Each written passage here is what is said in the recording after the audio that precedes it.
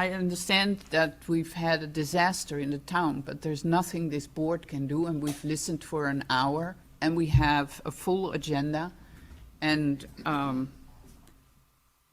think we need to move on. I appreciate your perspective, but I want to allow every resident to speak on this issue that desires. So, Sure. Thank you. Yeah.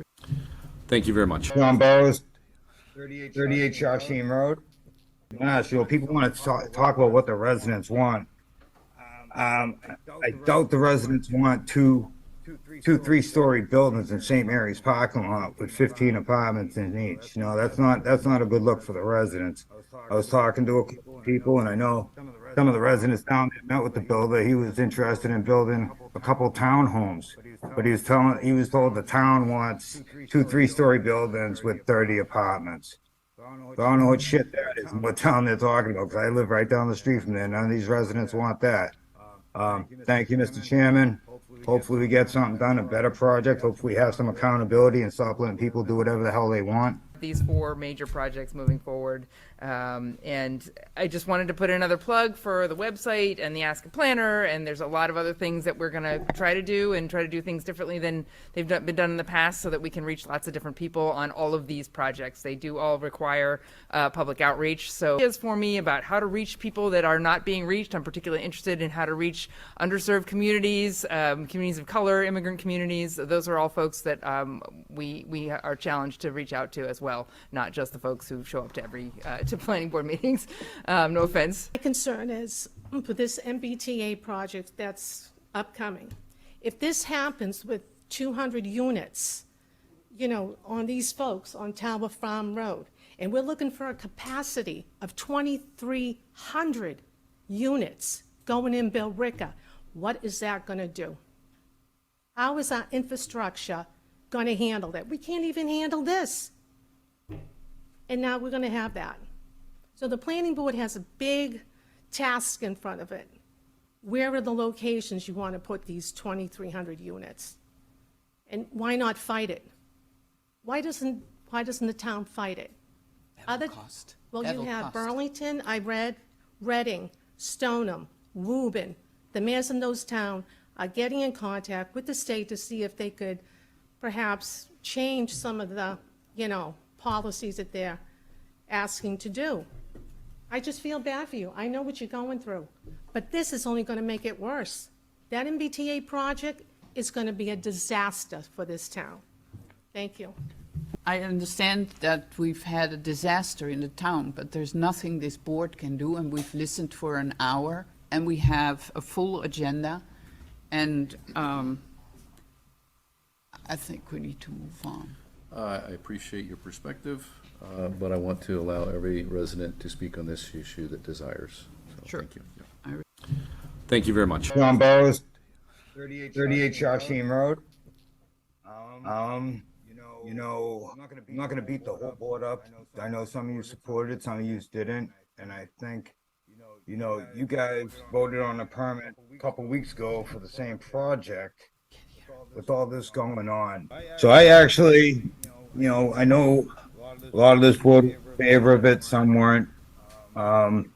There's conditions on this permit, and when conditions aren't met, usually permits are pulled.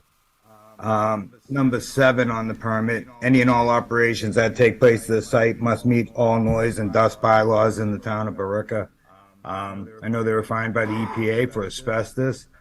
I don't know if we ever received a report on that. I know 1 millimeter of asbestos, once disturbed, is airborne for 24 hours. I don't know if the residents know anything about that, or if there was a sterilization report of the soil, which is now washed down into the storm drain.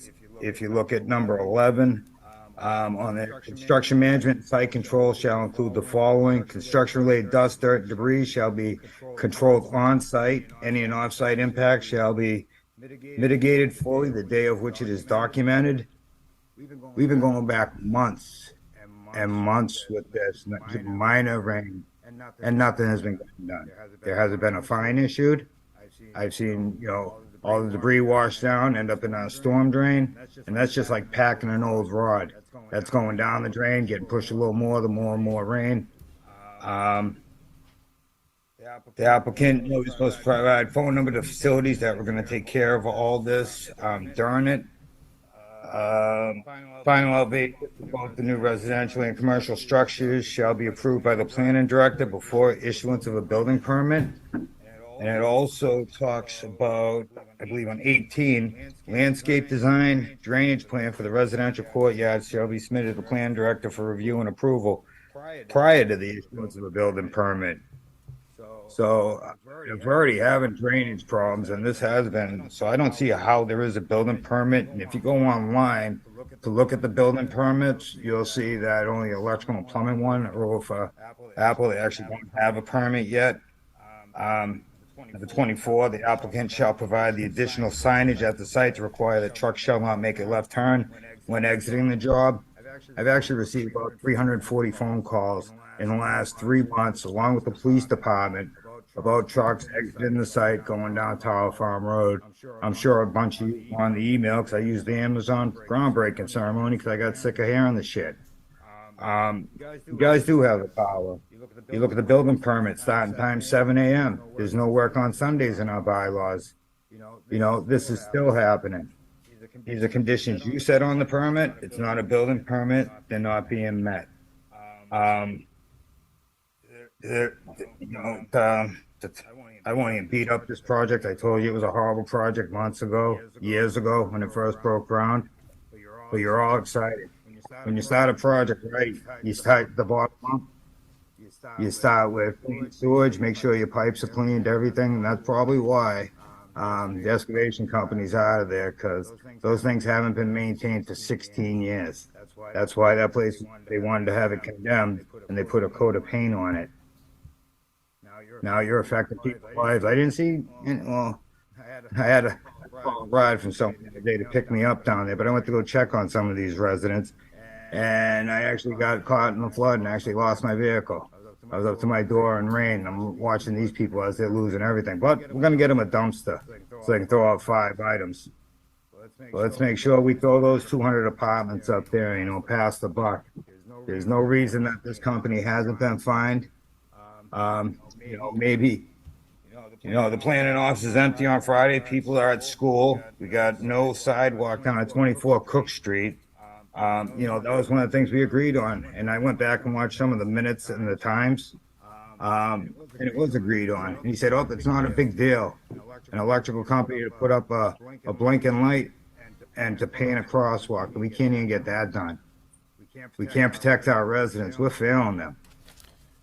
I don't recall seeing many people down there. Everyone was in support of this project, but I didn't see many people down in these neighborhoods on Friday. You know, people want to talk about what the residents want. I doubt the residents want two 3-story buildings in St. Mary's parking lot with 15 apartments in each. You know, that's not a good look for the residents.